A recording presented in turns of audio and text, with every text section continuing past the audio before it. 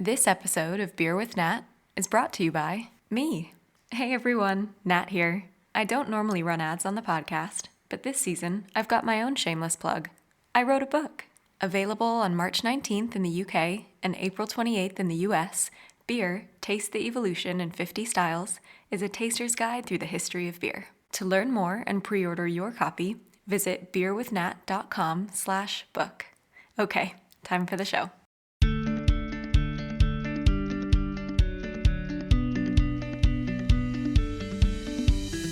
Welcome back to Beer with Nat. On every episode, I share a beer and a chat with people who do what they love for a living. They work in the beer industry. Today's guest is Megan Stone, brewer and social media consultant. Although she's currently based in San Diego, California, Megan was recently in the UK for a 3-week brewing residency with Laine Brew Co in Brighton to help them launch their new diversity in beer apprenticeship. Megan talks us through her career in beer to date, from her earliest brewing internship to her most recent brewing residence. We also discuss her incredibly popular Instagram account, Is Beer a Carb, and how she's grown it to more than 30,000 followers. If you're not already following her, go do it now.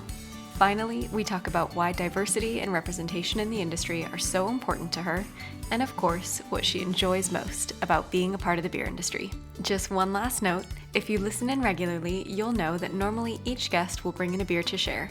But as Megan was just in London for an afternoon and wasn't able to select her own, we shared a bottle of Boon Goose from my beer stash to celebrate her being in town. Here she is. So we'll slowly work our way up to where you are now in the beer world, but I would love to get started with how you got into beer.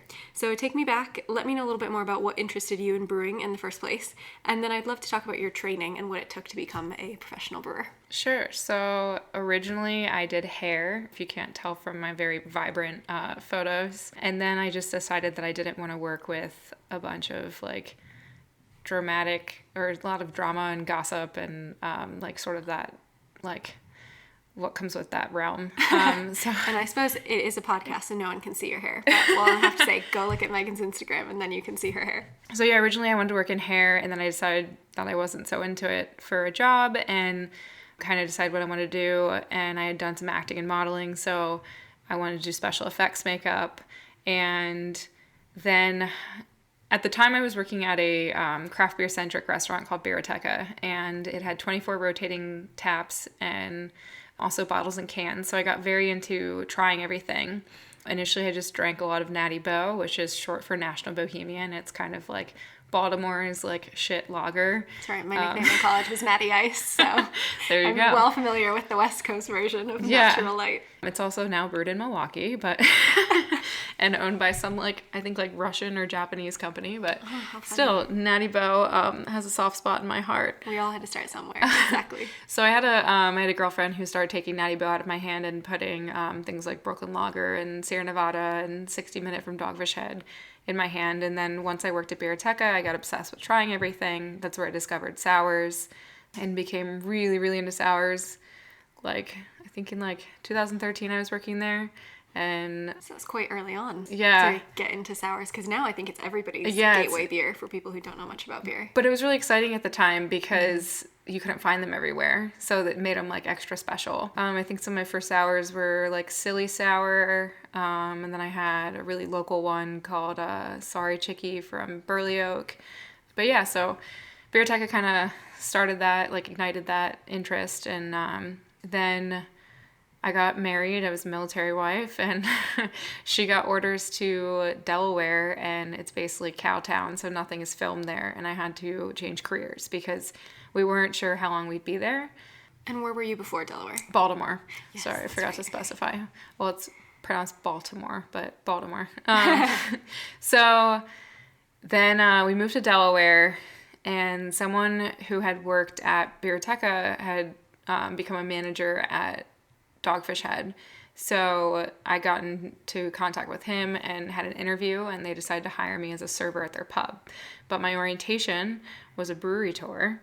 And so I decided the day it all changed, Yeah, it seems. I mean, there's a smile on your face. I couldn't work in film anymore because it's Cowtown. Like, nothing's filmed there. I went from, like, I did, like, some stuff with, like, House of Cards and Veep and commercials and music videos. Oh, and my then, goodness. That's cool. Yeah, and so since nothing was filmed in Delaware, I had to rethink my career, and it was either, like, military, Dogfish Head, or, like, Purdue Chicken Factories there. So I think I made the right decision. Yeah. But so I got hired at Dogfish Head, did that tour, became super interested into brewing, and started home brewing with one of the tour guides who worked at the brewery, since I lived closer to the brewery than the pub.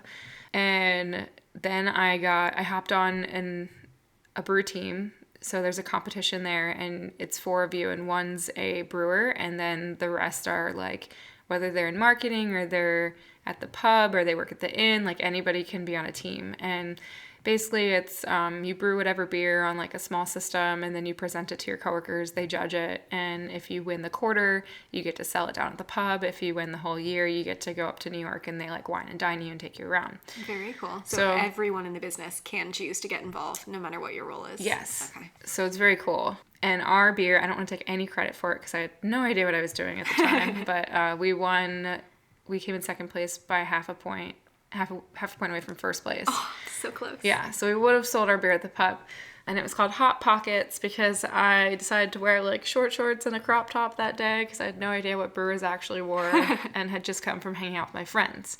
But then I decided I wanted to brew and started reading every book that I could. So my coworkers from Dogfish Head talk about how they remember me reading, like, homebrewing books on the patio during my shift and between tables. And then I went to one of the local breweries, a small local breweries near my house, and got an internship after, like, showing up all the time. They eventually asked me to come work there. And that was 1 day a week and unpaid. And then every day I had off, I'd always call them and ask them what they were doing. And if you could come by and help out. Yes. Wow. And I called them one day and they're like, we're scrubbing the floors. And I was like, cool, can I come by? And so I spent a few months there. And then unfortunately my ex got orders again to California and got really excited about moving to Southern California. And then, you know, you think, like, LA or, like, San Diego. We moved to Temecula. It's a bit inland, but it's still nice and warm. No one knows where it is. Yeah, it's very vanilla, but it's still beautiful, sunny California. So we moved there, and then I harassed Refuge Brewery for a job. I harassed them from the East Coast for several weeks, and then I showed up in person, resume in hand, and was like, I'm here. So what does that mean, you harass them? You just are sending them emails? Emails, just saying, phone calls. Did you get my email? Did you? Yeah, so I told them I was moving. I tried to sort of, like, ride on, you know, the Dogfish Head. Where you got your start. And, yeah. And, you know, it's very... I came second in a brewing competition. that I had, like, not much to do with. Yeah, so I tried to ride on that, and just the fact that I read all these books and I had, like, a really short internship, and I showed up and they let me, they didn't really have room. They're a very small brewery and it was slow time. So they let me beer 10 for a little bit, and that lasted just a few weeks before I got to wash kegs for 8 hours a day. Oh, wow. And I had a really skewed idea of what a brewing apprenticeship was at the brewery, Mespillion River, in where I interned in Delaware, because my second day I was brewing a beer on their pilot system. So my idea was, okay, you come in, you get taught how to brew. Like, that's how it works. So when I showed up at Refuge and I was washing kegs for 8 hours a day and helping canning, I was very confused and a little bit of a brat. Like, where's the brewing in all this? Yeah. So after 6 months of packaging, I made it onto the brew house, which, I mean, usually you would spend a lot of time in the cellar. I mean, I guess we'll talk more about, like, my training later. But from Refuge, I was there almost a year and a half, and then went to McKellar. I saw they had a cellar worker position open, and like I mentioned, I did not spend any time in the cellar, so I applied for it. And what does that mean then? So you're washing your kegs. People can visualize that. Packaging, was that kegs, cans, bottles? Yeah, kegs, cans, and then bottles were, like, specialty at Refuge. And then what does being a cellar manager mean? Or working in the cellar? So, like, a cellar worker is...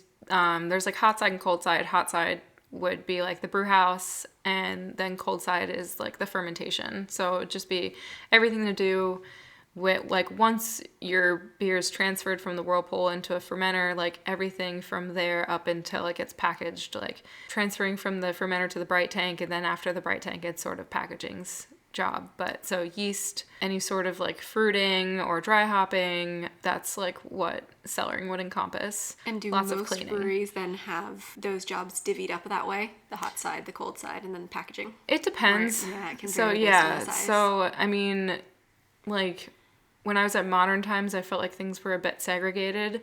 Which is where you went after Mikeller. Is that Yes. right? Yeah. So I know I'm interrupting your story. It's okay. I have so many questions. Yeah. So Okay, we'll go back to the story, then we'll talk about your training.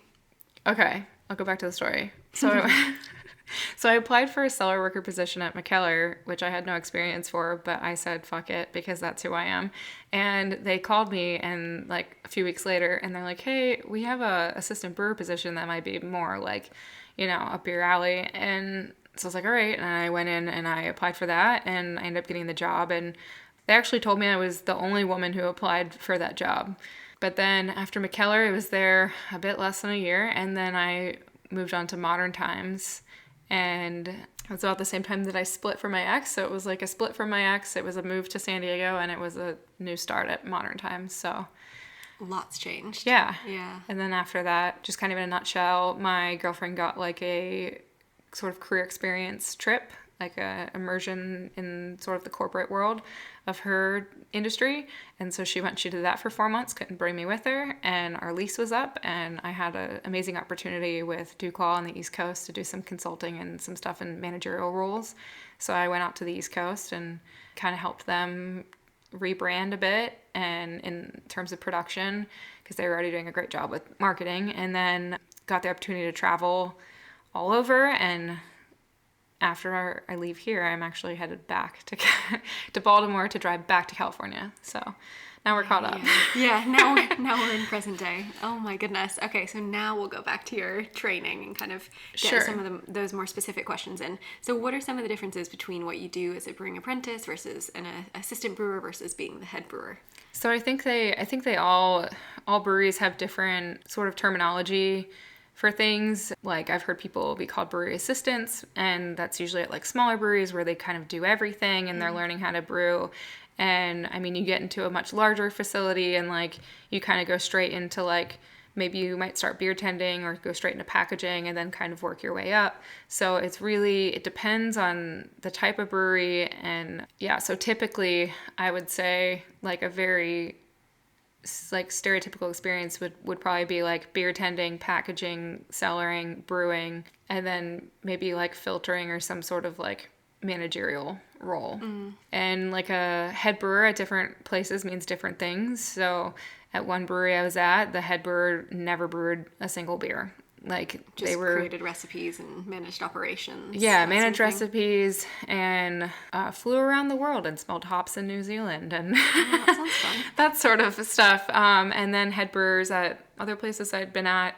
Like I have a friend, Alyssa, in Colorado, and she's like the head brewer and I think like the only brewer, and she has like an assistant who does some cellar work. So it just depends on the size and really the brewery. It's all different.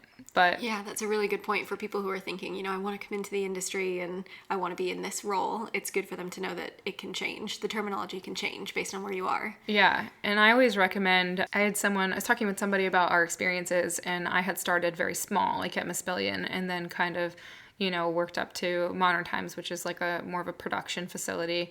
And I was talking to somebody who was working for St. Archer, and he was like, yeah, I thought, I would just go to this big brewery and that's how I would learn. And I was like, well, I started on like a manual keg washer. Like I had to physically turn those valves, and I thought that was the better route because I know how that keg washer works. I understand like the cleaning process, and like also can apply it to other things. And like if I made a mistake, like, I felt like I would learn a lot more than just sort of like showing up at a place where I would hit a few buttons. And Yeah. yeah, There's something to be said for learning on the job in a more manual role, but also in a smaller Sure. brewery where you're doing that bit of everything. But it also depends on like where you want to end up. So are you working in a brewery and getting a touch of production life because you want to end up in an office role, or do you want to go the full production route and really immerse yourself in like every bit of the process of like brewing and fermentation and packaging and everything. And what is it for you? What bit do you enjoy most? So it's really changed over my career. I mean, in the beginning, you're this bright-eyed, bushy-tailed, like, Teach me everything. Yeah, I wanted to learn everything. I wanted to absorb everything like a sponge. And so initially I wanted to be a brewer, like a head brewer. That's what I wanted. And then I wanted to open my own brewery, just like everyone else does. And then I realized how expensive it is and how many problems arise. And I was like, cool, I don't want that much stress, and I'm already poor, and right, and training terrible. To become a brewer is one role that doesn't necessarily include training on how to open and run a business. Sure. And I think a lot of people try and do both, and they're two very different roles. Yeah. So a lot's changed since then. I've been in the industry since early 2015, so it's been about 4.5 years. And I mean, ever since this like Instagram thing has sort of come into my life, it's definitely like affected it too. We'll come on to that. So I mean, I guess I'll tell you what my dream role, and then I guess I'll tell you what my realistic goal is. So my dream would be to sort of combine my love of film and brewing and have a traveling beer show that I co-host with somebody, and sort of travel the world and visit malting facilities and hop farms and breweries, and have it be a hybrid of like a travel channel and how things are made, and with a bit of like dry humor. That sounds fantastic. So then you can do it through the brewer's perspective as well. And yes. Instead of just like, oh, these hops are bright and green, and here's how I would use them and why I would use these ones. And so it's not just like educate people on the flavor as well. Sure, and it's not just like a host who like looks nice for TV. It's like someone who can give you like, an in-depth perspective. And yeah, so that's sort of a dream of mine. You've put it out there, so let's see what happens. I keep putting it out there because I think that the more you say it, exactly, someone will listen. Yeah. That's how I feel. And I actually got reached out to by a production company last year, but things didn't necessarily pan out. They didn't really have experience in the food and beverage space, and our sort of ideas just weren't on the same page. They didn't understand it from like a brewing perspective, like how things would be sort of displayed on TV. Everyone wants that drama and yeah. But I think my realistic, like, I don't know, we all want like, I mean, maybe we all. Maybe we just say short-term and long-term goals. So that's the long-term. I mean, So what's next? I would really like just some stability. I mean, the beer industry, like, it doesn't pay very well, and you never know whether you're going to get benefits at a place or not, and whether a place is not going to be the greatest place to work or not. And I would really just be able to go into like a job and just have that security. So I don't know, maybe one day I'll end up as like one of those head brewers or like director bring ops that, is doing more managerial stuff and flying around the world smelling hops in New Zealand. But I don't know, or maybe I'll end up in like sort of a sales job at like a company like BSG, or, like some sort of supplier. Sure. Yeah. So I'm still involved in the industry, and I get to talk to brewers and sort of discuss like the benefits of like the product and, this and that, but it would be a much more like stable job. So I don't know. I have my dream, and then I have my like reality. The reality. And what are some of the more underappreciated aspects of brewing? Are there certain things you try to shine a light on, through your Instagram, or even just when talking to people about the role? It depends on who I'm presenting it to. So I try to shine a light on things like packaging and some of the roles that are less like glamorous to certain people, because I think that everyone's super important in the whole process, and I think that everyone shouldn't just aspire to be a brewer. I mean, there's people who get into brewing aspiring to be a brewer and then end up that they love the cellar, and I think the cellar honestly is way harder than being on the brew house. Yeah, right. You've got to manage yeast, and that thing has a mind of its own. Yeah, so. I mean, and with brewing, I feel like things are very fixable still at that point. And the cellars like make it or break it. And I think they have a really and things are usually really hectic in the cellar. They're either hectic or dead. Yeah, I do like that saying, like, brewers make wort and yeast makes beer. So if you're doing that second bit, which is when you're in the cellar, then that's really where you need to learn how to manage your yeast and what works best for it in that environment and what style you're brewing. Yeah, I can exactly. understand there are a lot more challenges. Yeah, and I was kind of upset when I didn't really get that cellaring experience. I mean, when I went to McKellar, I got to wear many hats, and I got thrown into the cellar there. So I learned a lot of like processes and things there. But ultimately at this point, I feel like the next step for me would be to go to school. So I have so much hands-on experience from East Coast, West Coast, small, big.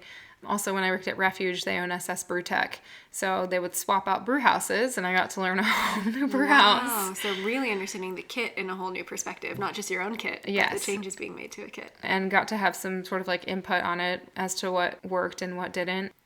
So I have this understanding of, just all this hands-on experience. And I think that the next step is to really get all that technical knowledge and all the scientific portion of it. And so you don't think that's necessary to get started? You can read like you did and knock on doors and really hustle. Yeah. But then it may get to a point that to get to the next level in your career. I mean, I don't think school gets you in the door. I really don't. I think that, it's nice, but I think that you just need to force your way in there. And I think being persistent and like really showing that you're eager to learn and what you can offer people, I think is the best way to do it. I mean, that's what I did when I was getting into beer. I was like, all right, well, what sort of experience do I have that relates to brewing? Brewing's a ton of cleaning. So I worked at a tattoo shop for 5 years where sanitation is like extremely important. So I was like, I understand the importance of this and that. And just, I tried every angle and I read, I don't know. I feel like there's a lot you can teach yourself too. There's so many great resources out there. I mean, you have a stack of books over there and I think I have half of them. So. Yeah, the stack just keeps growing. But they're so reliable, anytime. I got How to Brew as a gift from friends in 2015, and I still use it now, 4 years later, so. Yeah, I always, those are like my plain books. Like I actually brought How to Brew and Yeast with me because I think you should never stop reading them. And I feel You'll take in something different each time, or maybe an experience you've had at the brewery kind of comes to light differently based on what you read. Or there's something that you were like, I have no idea, I don't understand this at all, I have no idea. And then you encounter it in your job, like your day to day. And then you go back and you read it again and you're like, okay, now I understand that. And now this is a more in-depth explanation. So. What were some of the more difficult things to learn? I'm trying to think. I suppose if it's all new, you don't know if what's tough or not tough. I'm trying to think coming at you, of what portion. Back. I remember working at a brewery when I was brewing at Refuge. Like everything is like on demand, so like having to learn stuff like what an HLT is. Hot liquor tank? Yeah. Yes, I got one. Okay. Like a hot liquor tank and a cold liquor tank. I had no idea what those were. So you have all the hot water ready to go, whereas in some breweries you'd have to wait for it to heat up? Most breweries have hot liquor tanks and cold liquor tanks. And then, there's very few breweries that have like on-demand sort of hot water. And then, every brewery is so different. So it's just sort of wrapping your head around the different ways that people do things. But like once you have enough experience, you can sort of like figure out, there's like 1,000 ways to skin a cat. So once you know how, like you're like, here's the end goal, I just need to figure out how to get to it. But I have all this experience from other places, so you sort of understand and you just sort of absorb like what they're doing, and it makes sense because you've done it 3 different ways other places. But I don't know what was the hardest for me to learn. I think there's still things that I think all the scientific stuff is like the hard stuff. Once you get into these big, chunky, like chemistry sort of terms, I think that's the hard part. To understand what's really happening in there. Yeah. I mean, when everything's new, it's really difficult because like you're learning everything. You're learning safety things, like about things being under pressure or things being like certain temperatures. And then you're also learning processes. And so I think when everything's really new, it's really overwhelming.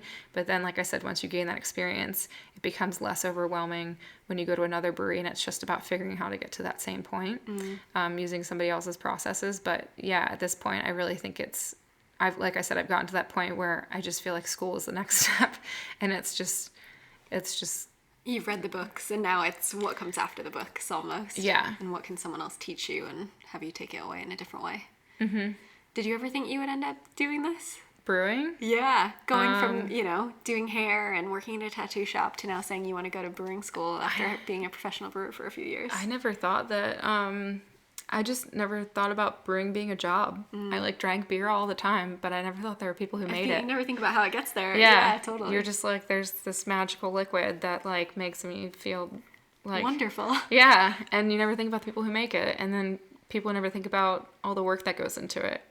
I literally have had people be like, "Oh, you're a brewer," and make the motion like they're stirring a pot, and I'm just like, that's really offensive. There is a part where we make some, porridge-like substance, but there's a lot more work after that. And then I was washing kegs one time at Refuge, and I had some guy peek his head around the corner, and he's like, "Are you making the beer right now?" And I was like... That happens in a different part of the space. Oh, that's too funny. All right, well, we'll switch gears a bit and talk about the other side of your life. In addition to being a brewer, you're also a social media consultant, and you have a very popular Instagram account, Is Beer a Carb, which I need to ask you about the name because I love Mean Girls, so I need to know where that came from. So your account has 29,000 followers. OMG. And I know that you had done some social media consulting work. So was it that you were managing other people's accounts and thought, oh, I could do this for myself? Or had you had a successful account previously and then you got more work with other businesses off the back of it?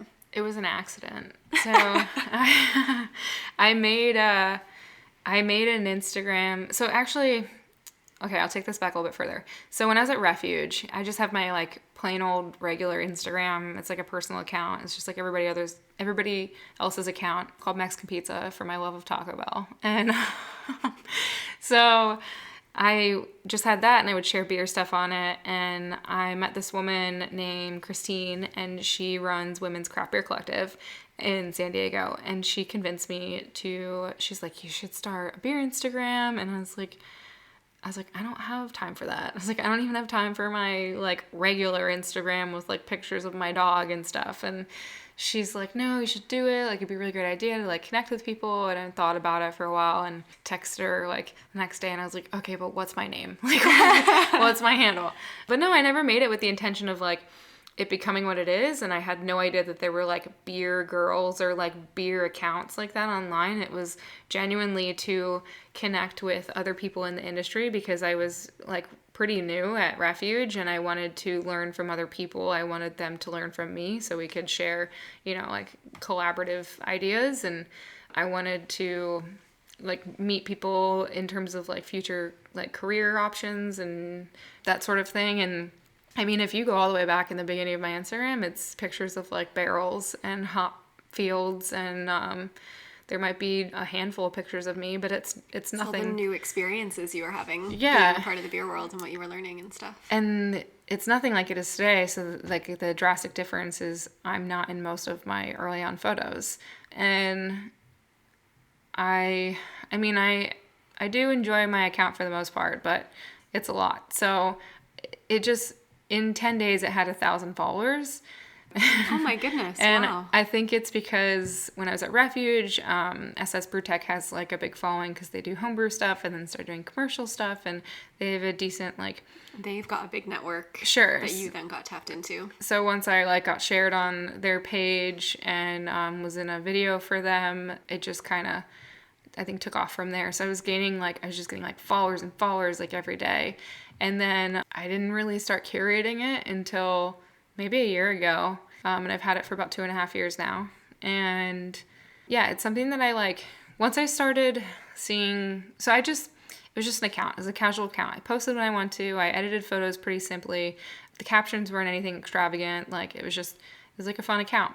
And then once I sort of started meeting other women who were in the same space as me in the beer world, and they were running these Instagrams and they had 30,000 followers, and I saw my one friend go to Ireland with Guinness, and I was like, okay, well, I want to do that. And my account now has 5,000 followers, so maybe I can just keep pushing it along and see what happens. How do I get it there? Yeah. So when I was at McKellar, I think when I left McKellar, I had 8,000 followers, 9,000 around there, 8,000, yeah. Still didn't really know tons about Instagram then. I think, so everything that I've learned about marketing and social media has been through my own experience.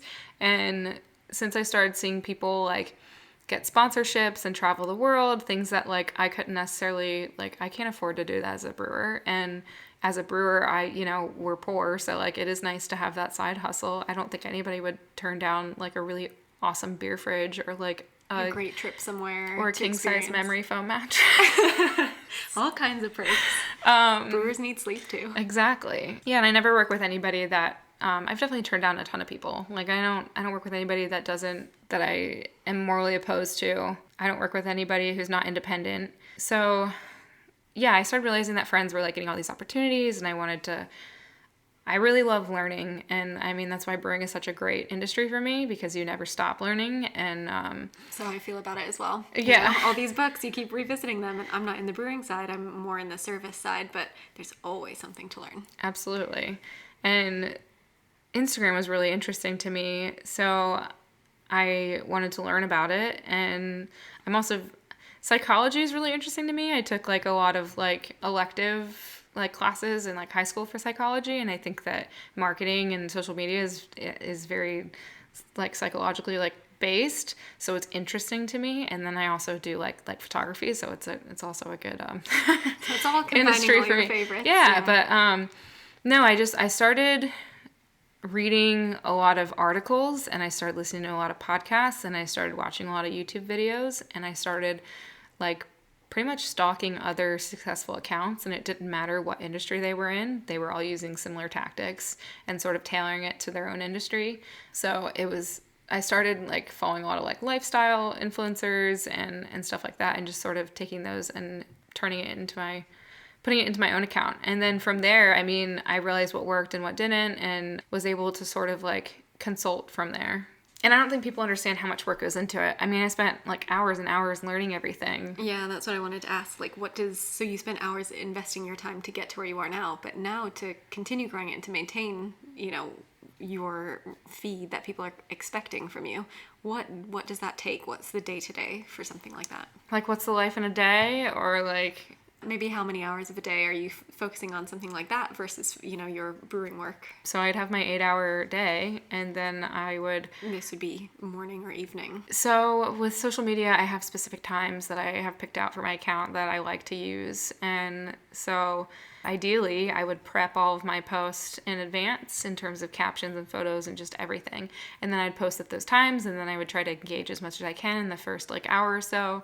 And it never flips off. Like I have a problem turning it off, and I have to force myself to put it down. And because you want to engage with the people who are engaging with you, or you're constantly learning and researching from other people anytime you scroll through your feed? No, I feel like I constantly need to be on my phone to be like fueling my account when, I think it's necessary in terms of like, mental health. Like I should put my phone down and I should spend time with my girlfriend or my family or my animals, or I should walk outside and like the world around you. Yeah, I mean, I was talking about it earlier, how like I have some friends who will just like film their entire experience and just upload everything like immediately. And so I try to set boundaries for myself, and I do take a lot of content, but I tuck it kind of in my pocket. And then when I have free time to myself, like, I'm going to take the train home later, I'm probably going to edit some photos on the train.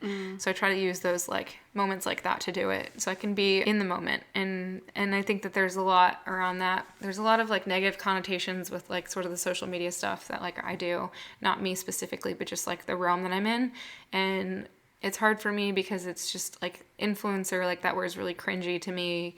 But I just hope people see that like that's not who I am. Like I try to be more authentic. Like I said, I won't work with any brands that don't align with who I am. And if it's not something I'd be interested in anyways, it's not something I'd purchase anyways, that I am not constantly like filming things or, posting stories. It's like, You're it's still all present in your experience. I'm still there. And then I've also developed this really horrible skill that, I mean, as women, we're already natural, like, multitaskers, but it's funny, I was sitting at the Laine pub the other day, and one of the brewers was having, like, a conversation with me, and he just stopped, and I'm on my phone, and I'm typing, and I look up, and I'm like, no, go ahead, I'm, like, literally, I can listen. Yeah, I can literally have an entire conversation and comprehend everything, like, absorb everything he's saying, and still type an entire paragraph, like, on my phone. So So you're getting the most out of your hours. Yeah. But recently it's been a lot. Like I've had a lot of trips. Like September was Columbus, Ohio, St. Pete, Florida, Yakima, Portland, San Jose, San Francisco. My goodness. Pennsylvania. But these are all opportunities that have really come from your social media platform. Yeah. And I mean, some of them I've just like I'd never been to GABF, so that was something I did myself. I was just like, this is the year I'm doing it. No one's stopping me. I already have it booked. Like that might be next year for me. I've still not been. I'd really like to go experience it. I think you have to do it once and you're good. Yeah, I have heard that.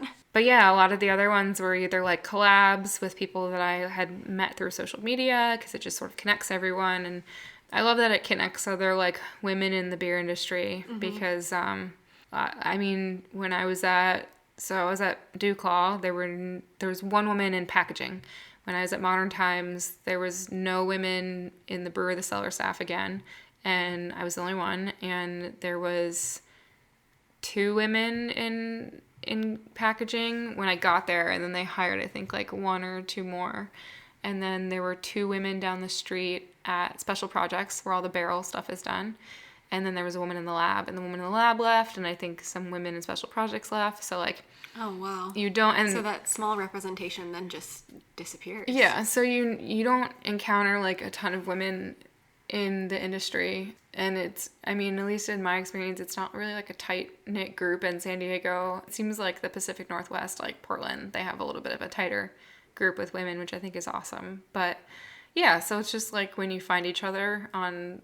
platforms like that, it's like a really awesome way to connect. And yeah, you wouldn't be sat at my kitchen table if it weren't for Instagram. So thank you. So yeah, let's talk about what brought you to the UK. How did you end up working with Laine, and what are you doing in the almost month that you're here in the UK? It's funny when they reached out to me, like I mentioned earlier, that I was on overnights, so it worked out like in terms of like talking to someone 8 hours ahead. Yeah, Instagram. I mean, they were talking to a very like sleep deprived Megan, but and they still invited you over. So so still sleep deprived, but yeah, originally they reached out, and I mean, they recognized that there was a diversity issue in the beer industry and even in like the consumer portion of it in their own country, and they were like, what can we do to fix that, and what can we do to like be allies and to like, you know, help this situation.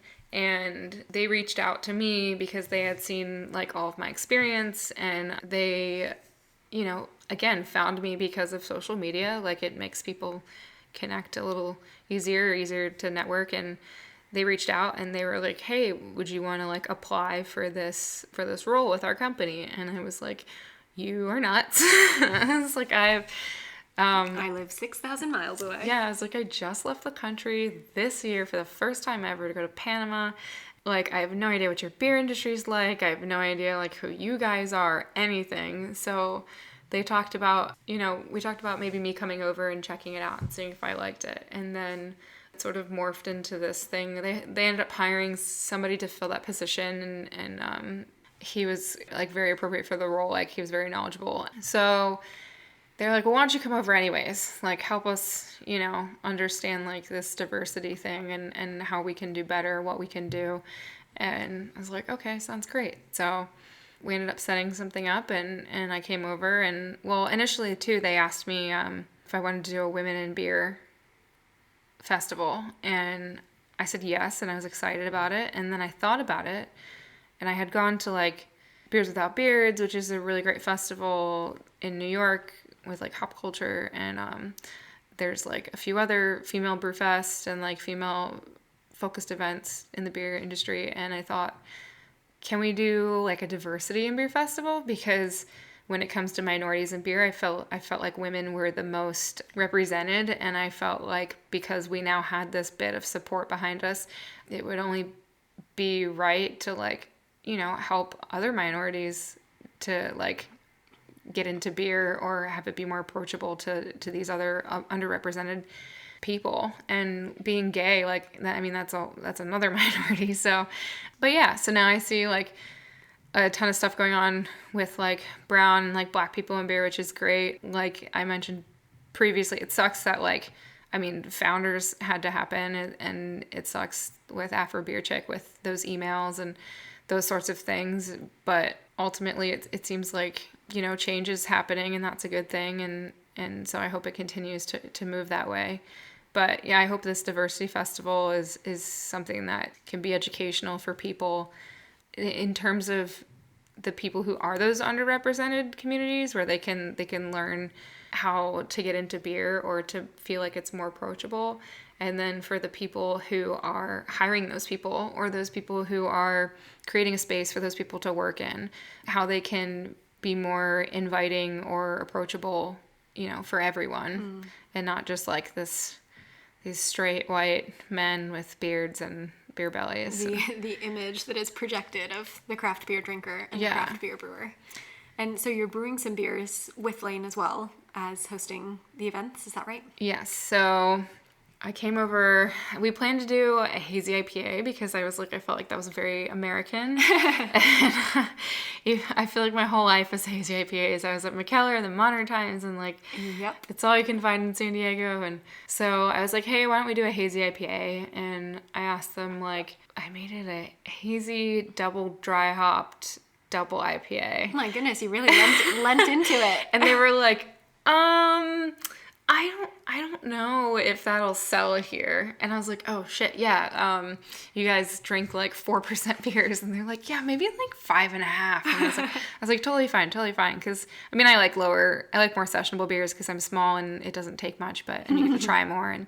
But it's just, I felt like it was very American. So we kind of did a hybrid. It's like a hazy IPA, and it is, it's a little darker in color than an American style, because that's more on trend for you guys, as well as it's a bit more bitter than a typical American hazy IPA. So it's definitely a true a UK take on the style. Yeah, it's a collaborative effort on that. And then we did a dessert sour, which I felt like is very American, but it's a fruit crumble sour. So another British influence. I like this. Yeah, and I finally had a crumble for the first time the other day. So and how amazing was it? It was good. Not amazing. Darn. I really enjoyed it. No, it was good. I think I was expecting more of a pie, and then it's just fruit with stuff on top. Yeah, no, which is great. No, yeah. I did like it, but I think I had the idea in my head that it was more like a pie. Okay. But what I noticed is that the crust, the topping, is more crackery or biscuity than it is that sweet sort of graham cracker that American pies have going on. Yeah. So it gave me a better idea of it. But yeah, so we have that, and then they were like, let's do something really traditional, and I was like, okay. And they're like, let's do a cask beer. So we're doing a winter warmer cask beer. So we brewed that, and there's really no difference in the brewing portion. It just when it comes to the cold side and packaging and everything. So I was just learning about cask beer, and we're supposed to go around and sort of experience some of the older traditional breweries and the real cask. Yeah, that would be great. Yeah. And what are some of the things you've noticed? I know you haven't been here long, but in terms of differences between the UK and US brew scene, beers that are being brewed, beer culture. Yeah.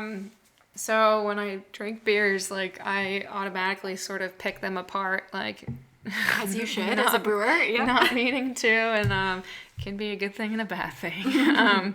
Mostly keep it in my head, but sometimes I just need to switch off and just enjoy it and not think too much about it. So at first I was like, wow, these beers are really watery, and and was just kind of thinking about issues in brewing and what causes certain things. And then I realized that were those mostly cask beers or even kegged beers you found to be a bit beers thinner? Too. I had a variety of them, and I felt like it was so I noticed that British beers are a bit lighter in body, I'll put it that way, instead of watery. Well, and I'm thinking as well with cask beer, because the carbonation's so low. Sure. And when you're used to that more punchy carbonation in American beers, then it might feel a bit thin and watery. Yeah, absolutely. So definitely, even some of the keg beers, lower carbonation, it's a little thinner in body, seemingly. It's more bitter. They're all more bitter or balanced, and more on the dry side. So, unless I've missed some styles while I've been drinking, unless I've been steered towards specific styles, but I feel like I haven't had anything that's really sweet or really dense here. So in America, I'm just used to all the flavors are very like in your face. Intense. Yeah. That's very true. But it's nice because like I myself appreciate drier beers and like more subtle flavors. Like I definitely like when fruit's added, that it's like more of like a like I get a little bit of that. Like it's nice instead of like you're drinking like a half, like a shandy or something. Yeah. So it's appreciation for the subtleties, perhaps. Yeah. And then what about maybe the types of beers that you've seen available, or even the people in the industry or the people out drinking when you're out at any pubs or bars? I feel like so I told you about my experience when I tried to go out last week. Yeah. So places here don't stay open as late as they do in the States. And not that I really party or anything, but I was like, okay, it's just like my chance to sort of like experience the, nightlife scene here. So I went out and I just wandered around because in Brighton there was just pubs everywhere. You can step out your door and like fall into one. And, but yeah, so I've been understanding that like the terminology, we don't use the word pub in America. Mm-mm. So like, and pub and bar means different things here. Yeah. So I kept asking people, I would say pub sometimes and bar sometimes, and didn't realize I was asking for two different things. Yeah, two different experiences completely. Yeah, so I kept trying to walk into places too, and a lot of them were closed or shutting down, and I realized that everybody goes out sort of in the like evening time. Like that's when pubs are like packed. After work, and then you go home. Yeah.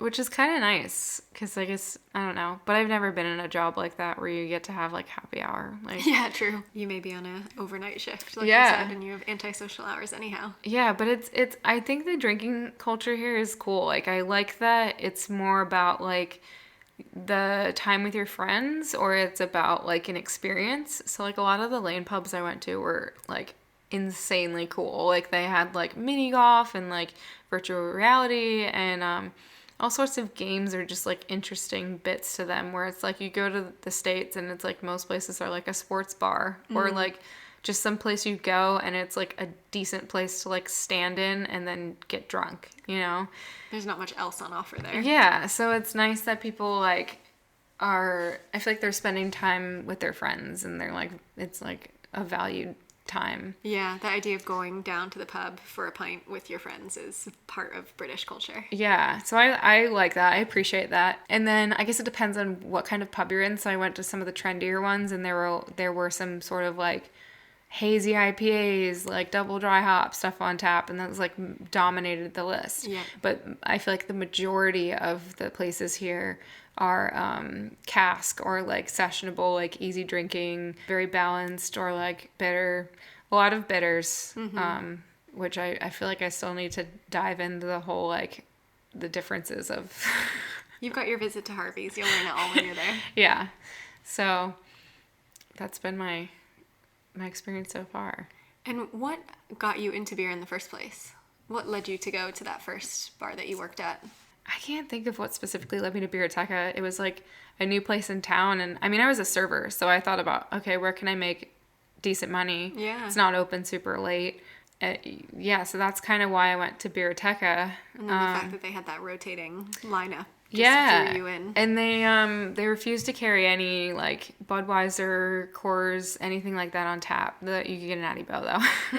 You had to have a Natty Boh on tap for people, or in bottles or cans or whatnot. But and had you been a beer drinker before that? Yeah, I mean just casually with your Natty Boh. Boh. So I'm thinking about when I met that girl who sort of started putting craft beer in my hand. I think I was probably about 20. And then from there, just sort of that world of flavor was opened. Sours I was really obsessed with. IPAs was the first thing that I was obsessed with. And then sours. And then, I don't know, maybe like brown ales. I love brown ales. I do. No one talks about them. I have a can of Maduro in the fridge from Cigar City, my favorite brown ale. It's delicious. You can't find them on the West Coast really, or like Southern California. You can't find them here either in the UK. So when you go to the East Coast, there's loads of them. Like every tap list has at least one brown ale, which is nice. But the East Coast and the U.S. tap lists are seemingly more diverse than the West Coast, where you have like 9 hazy IPAs. Yeah, 2 9 heavily versions of the same beer. Yeah, 2 heavily fruited sours with lactose and like 3 dessert stouts. Exactly. Yeah. Well, maybe we'll move on to a new phase soon where the next interesting beer style will come in. Yeah, I'm hoping it's lagers. I'm really trying to brand myself as the Pilsner princess. So that people just send me Pilsners, and then I'm like, look guys, look how cool these are. Everyone should be drinking these. Yeah. Well, that's the influence I would like to have on me. Yeah. So maybe next year your account will be called the Pilsner Princess, but where did the name come from? Okay, so, Christine told me to make this account, and I was like, Christine, what am I supposed to name it? And so I spent maybe a few days. Now I felt like I had to make this account immediately. Like I had to jump on this. I had to start doing it. And so now I felt really rushed to pick a name. And I tried to think of like my favorite things in terms of, I told you I'm very into like films, and I love movies. And so I was like, okay, what are my favorite like movies or songs? Or I like a lot of the music I like is like older music, and so I was trying to think of like cooler stuff with that. And yeah, it's just from my love of Mean Girls. And I love it as well. My brother and I send each other the meme every October 3rd. Oh yeah, last year it was on a Wednesday. Oh wow, I didn't even get that. And Modern Times has a pink pallet jack, so I took like a whole picture with like a pink pallet jack, and I didn't even tell people to show up to work in it. Like, I wasn't even like, hey guys, can you wear pink? Like, it's just like everyone showed up, and we just like were all like pointing at each other, like, you know, at different parts of the brewery. And like, so I got them all to like get together for a picture, and we all held like Fruitlands, which has like a pink label to it. So that's awesome. And if you don't have any idea what we're talking about, you just need to go watch Mean Girls, and then it will all make sense, and your life will be so much better for it. Oh yeah, Tina Fey is fantastic. So yeah, well, we can start a movie podcast next, because clearly we've got lots of film things that you would like to talk about, I'm sure. But I will ask my last beery question for you, which is, what do you enjoy most about being a part of the beer industry? There's so many things I love about it. I love that you never stop learning. I love that it's a hands-on job. I love that it's problem solving. It's a creative, even though I'm not in hair or sort of the special effects realm anymore, it's like, it's still creative, very creative to me. And then it's also like science, and I love like nerdy science. So it's a whole like ball of everything for me. And I love getting to connect with other people in the industry and see how they do things, and getting to visit other countries. I'm very appreciative of it, to see like how other cultures, you know, how they do beer. Amazing. Well, I'm so pleased you're in the UK. Thanks for taking some time to chat with me. And we never cheersed at the beginning, so we'll get that in now at least. Cheers. Cheers. Thank you. Thanks. Thanks again for your time, Megan. I hope you'll get to visit us in the UK again soon. To learn more about the Diversity in Beer Apprenticeship that Megan helped launch during her time here, head on over to laine.beer. That's LAINE.beer. Be sure to come on back next week to hear from Gabe Berry, Brooklyn Brewery's Education Manager for Europe. Chat soon.